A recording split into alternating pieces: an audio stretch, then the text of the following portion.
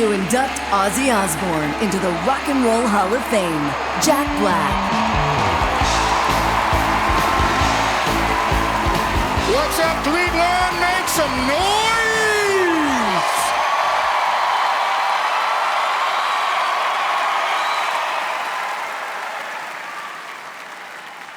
Plumber, car horn tuner, slaughterhouse worker, the greatest front man in the history of rock and roll, Ozzy Osbourne. I remember the first time I heard of Ozzy. I was 13 years old, wandering around the record store. What should I get? Styx? Journey? An older rock aficionado noticed my indecision and he said, "Stop fucking around, kid. This is the album you need to get, The Blizzard of Oz." Man, was he right. Thank you, nameless rock aficionado, wherever you are. You changed my life. I remember looking at that album cover, at Ozzy's face. Before I even heard the music, I was transfixed. He looked so cool. That rad white suit with the white fringe on the sleeves, that crazy look in his eyes, the skull, the cross. Holy shit! The whole thing just looked so badass. It was the most metal thing I'd ever seen, and I didn't even know what metal was. He was teaching me. I didn't realize I was entering a whole new world of heavy metal music. I took that record home, and when the needle hit the vinyl, heaven opened up above me. I don't know! Then track 2, Crazy Train. There was an explosion of colors in my brain. Suicide Solution, Mr. Crowley, Revelation, even Goodbye to Romance. You best believe Ozzy could take it down a notch. He could do it all.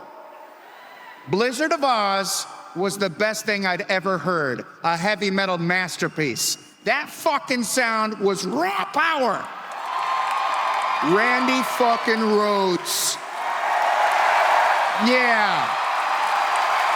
Giving Eddie Van Halen a run for his money. And Ozzy, that voice, it could cut through glass. Magic, joy, beauty. So then I went back into Ozzy's earlier albums, to Black Sabbath. And I was like, unholy shit, this motherfucker invented heavy metal. Along with Geezer Butler, Bill Ward, and the immortal Tony Iommi, the darkest, heaviest shit the world had ever heard. And through all that power, Ozzy's voice carving through the sonic blast furnace like an air raid siren, he made the hairs on the back of my neck stand at attention, clear and crisp as a morning bell. And that smile, he looked so happy, he looked insane. So much charisma, the Jack Nicholson of rock. Okay, so he invented a genre, had the greatest second act comeback in rock history. Then what? How about No More Tears in 1991 with the guitar god Zakk Wylde, proving insane lasting power, 5 times platinum. You heard me right, quintuple plat. It was then that he decided to totally touch his tender side. So he called up Lemmy Kilmister from Motorhead, naturally. And together with Zakk, they wrote Mama, I'm Coming Home. And thus Ozzy took a little dip into the top 40 just to prove he could. Then what? The Osbournes. Yeah, he teamed up with his family to create another genre, reality TV. Maybe the most evil thing he ever did. But there is no denying it. His whole family were fucking hilarious and intensely entertaining.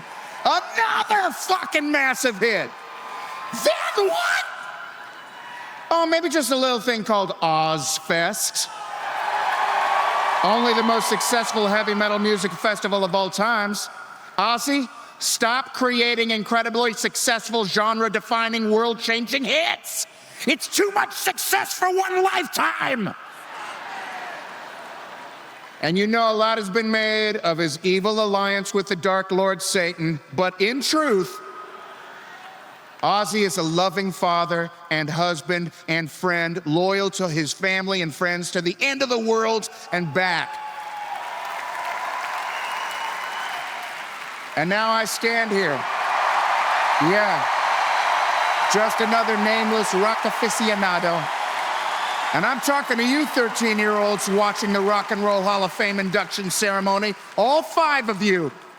Put down your phones. Unless you're watching on a phone, then put it closer to your face. Old man rock aficionado's about to drop some truth. Sure, you could go stream Post Malone and Taylor Swift and get all the warm hugs you need for your broken hearts. Or you can stay up all night and get your minds blown by Ozzy's entire catalog for the first time. Holy shit, you kids are so fucking lucky.